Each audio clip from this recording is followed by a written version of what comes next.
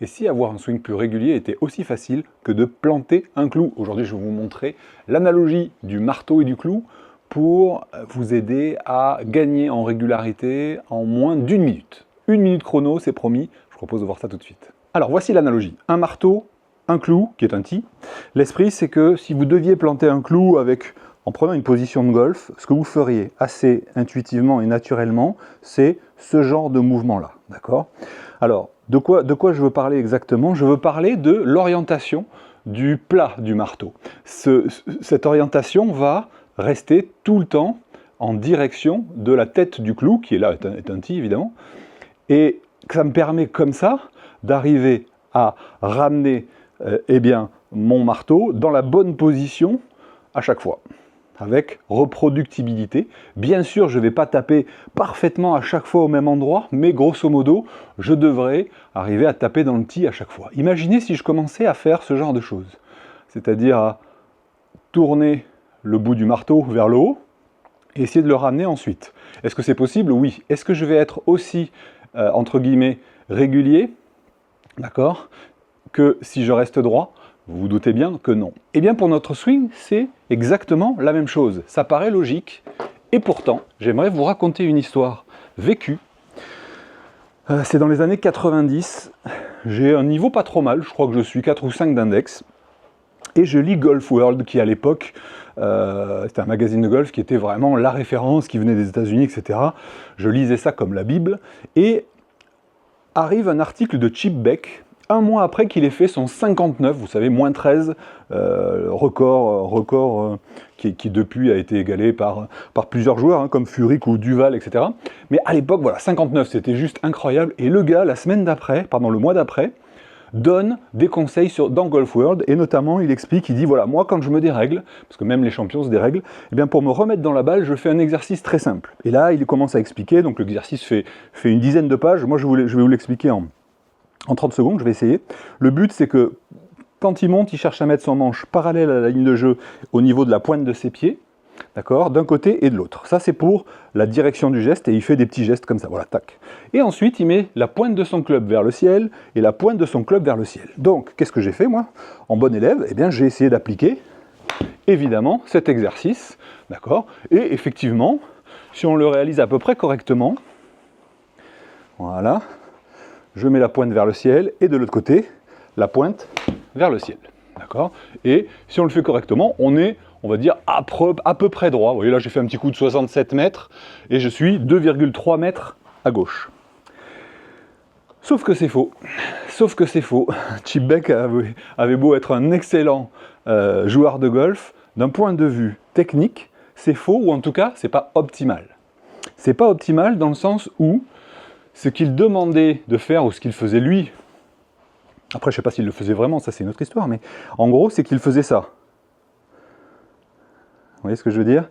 Il mettait sa face de club dans cette position, au lieu de la garder dans cette position. Et, d'accord, c'est comme s'il voulait planter son clou en faisant ça, et ici, se retrouver là, je vous le fais de l'autre côté pour que vous voyez bien, mais en gros, voilà, ici, et là.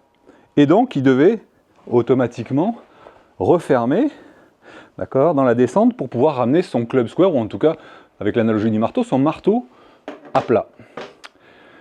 Vous voyez l'idée, c'est que si vous aussi, comme moi pendant des années, vous avez ce point de repère là, pointe vers le ciel, eh bien je veux absolument, ce que je vais vous donner maintenant, ça devrait énormément vous aider. On va faire comme avec le marteau, on va essayer de garder la face de club en direction de la balle quand on monte. D'accord?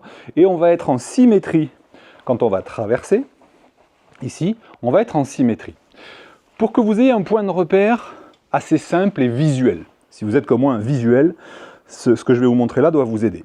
Si je partais comme ceci, on va dire avec un manche parallèle au sol et une colonne vertébrale perpendiculaire au sol, d'accord? Et si je jouais une balle par exemple dans un buisson, j'aurais à peu près cette position-là si la balle était surélevée. Vous voyez, donc je suis là.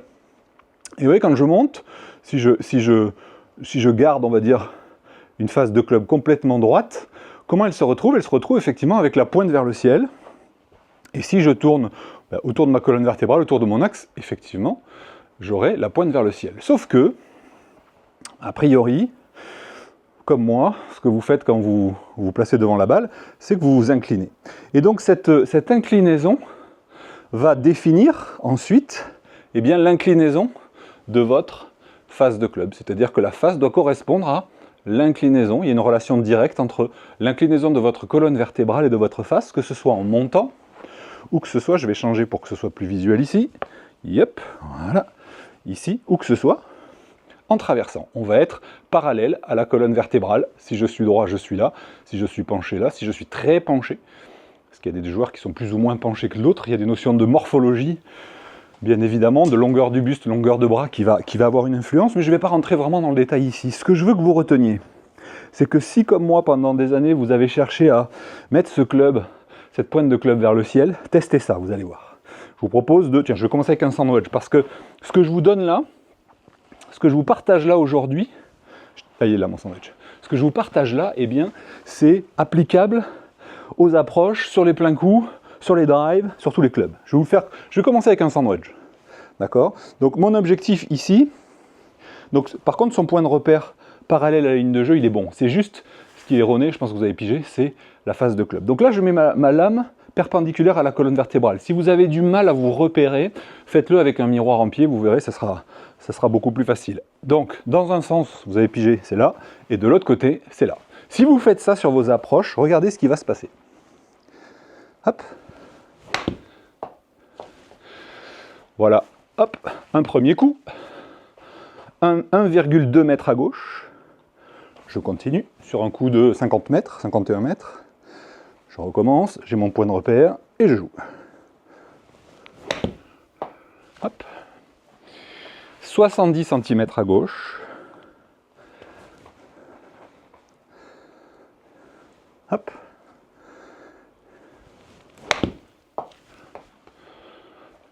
« 1,2 mètre à gauche. Je cherche toujours à tout simplement respecter mon point de repère. 4,3 mètres à gauche. Là, j'ai senti que, hop, j'ai tourné, c'est-à-dire j'ai remis ma face droite, je ne l'ai pas laissée en position. Du coup, eh bien, j'ai perdu ma direction. Là, je l'ai tenu. Voyons ce qui se passe. 30 cm à droite. Vous voyez, ça a un effet direct, mais au-delà de l'effet direct, ce que je veux que vous notiez, c'est la régularité. Alors vous allez me dire, là je fais des petits coups de sandwich à 50 mètres. Je vais prendre maintenant le fer 8, je vais changer ça sur l'ordi. Hop, tac, fer 8, voilà. Ici, on va taper en appliquant exactement la même chose. Voilà. Donc là, je suis sur un coup plus long, hein, 143,6. Donc là, je dévie un petit peu plus, 4,7. Voilà, 4 mètres. Allez, on va dire 5 mètres à gauche. « 1,2 mètres à gauche, 145 mètres.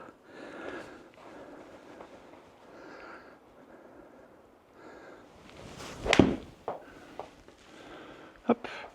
6 mètres à gauche.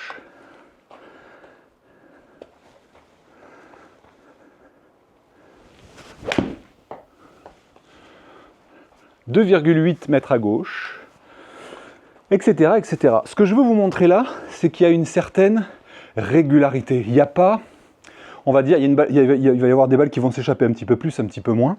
Si je mettais toutes mes balles au drapeau, je ne ferais pas des vidéos sur internet sur comment mieux jouer au golf et améliorer votre golf. Je gagnerais des grands chelems et des Ryder Cup. Mais ce que je veux vous montrer, c'est que à partir du moment où vous gardez la face de club vers votre balle et perpendiculairement et placé perpendiculaire à votre colonne vertébrale, grosso modo, vous allez avoir un éventail de dispersion qui va être réduit. Regardez si je m'amuse à faire ce genre de choses quand je monte, et Dieu sait s'il y a beaucoup de golfeurs qui le font. D'accord ? Qu'est-ce qui se passe automatiquement ? Eh bien là, on commence à avoir des dispersions, 23 mètres à droite. Qu'est-ce qui se passe si je tourne dans l'autre sens, si je tourne ma face de club, hop, ici, on va avoir du 48 mètres à gauche. Ça fait beaucoup quand même avec un fer 8, mais c'est pour vous montrer que, eh bien, en fait, en réalité, les mouvements inutiles superflus vont avoir une incidence énorme sur la direction de vos balles. Et plus vous allez avoir de mouvements inutiles, enfin en tout cas superflus et faux, qui éloignent votre face de club de la position qu'elle doit avoir, plus vous allez avoir d'écart entre vos coups. Vous allez avoir un éventail, 20 mètres à gauche, 20 mètres à droite, c'est impossible. Moralité, stabilisez ça. Pensez, imaginez que vous avez un marteau. Comment vous feriez avec votre marteau?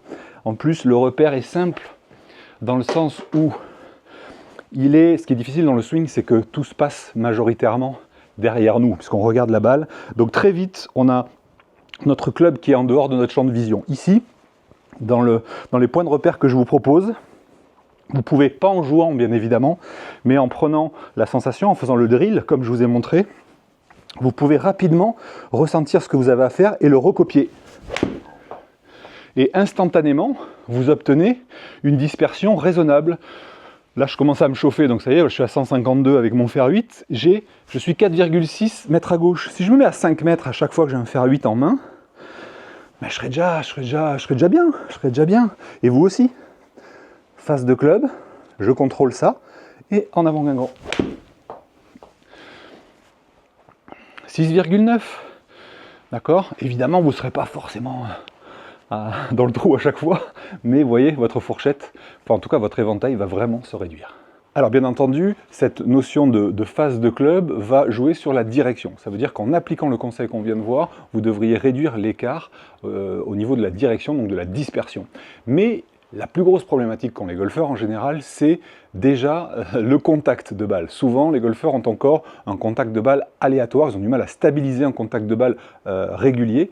C'est-à-dire qu'ils alternent encore des grades, des tops, des sockets, des balles tapées sur la pointe, clean, etc., etc. Donc si vous êtes encore dans cette problématique-là, d'un mauvais contact, ou en tout cas de ne pas réussir à stabiliser votre contact de balle, je vous invite à voir la vidéo que j'ai tournée, que j'ai mise en ligne ce mardi. Elle est disponible, si vous ne l'avez pas encore vue, sur mon site internet. Je vous ai mis le lien dans la description de cette vidéo. Je vous y explique les 7 piliers sur lesquels vous allez devoir simplifier les choses pour constater très rapidement, en moins de 60 minutes chrono, une amélioration tangible de votre régularité. Cette fois-ci, pas au niveau de la direction, mais au niveau de votre contact de balle. Je vous retrouve tout de suite dans cette vidéo en cliquant sur le lien qui est dans la description. À tout de suite.